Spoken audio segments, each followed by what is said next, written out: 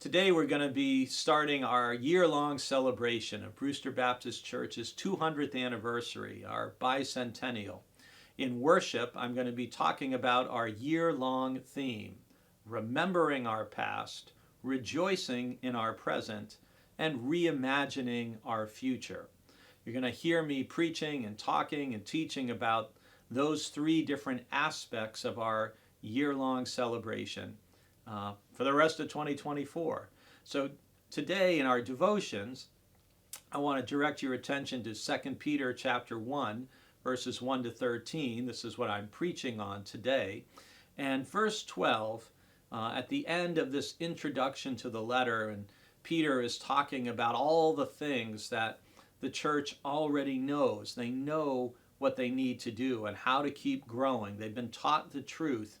And then in verse 12, Peter writes, "You know these things, and you are very strong in the truth, but I will always help you remember them."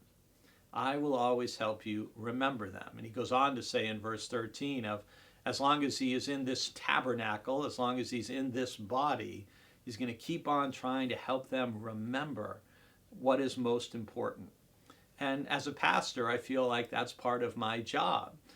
Is to help you as an individual believer to remember God's truth and God's word, who we're called to be, how we're called to live, what we're called to do. And that all comes from remembering the essentials of the Christian faith that some of us were taught when we were young, or at some point in our life when we came to faith and started our journey as a disciple of Christ. And so remembering is really important. And we see that throughout the Bible. Even this week, I'm going to touch on remembering, rejoicing, and reimagining in our devotions throughout the week.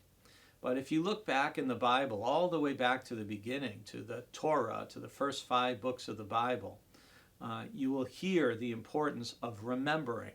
In the story of the Exodus, for example, of the 10 Commandments, of remember that you once were slaves in Egypt, and this is why you should take a Sabbath day of rest, and even your slaves should have a day of rest. And in Deuteronomy, which I'll be talking about tomorrow, the people are repeatedly encouraged to remember the Lord their God and not to forget who God is and all God has done for them.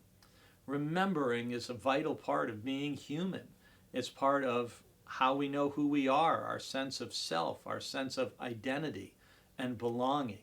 That's why diseases like Alzheimer's that rob us of our memory are so heartbreaking and so tragic, because without a sense of memory, it's hard to have a sense of who we are.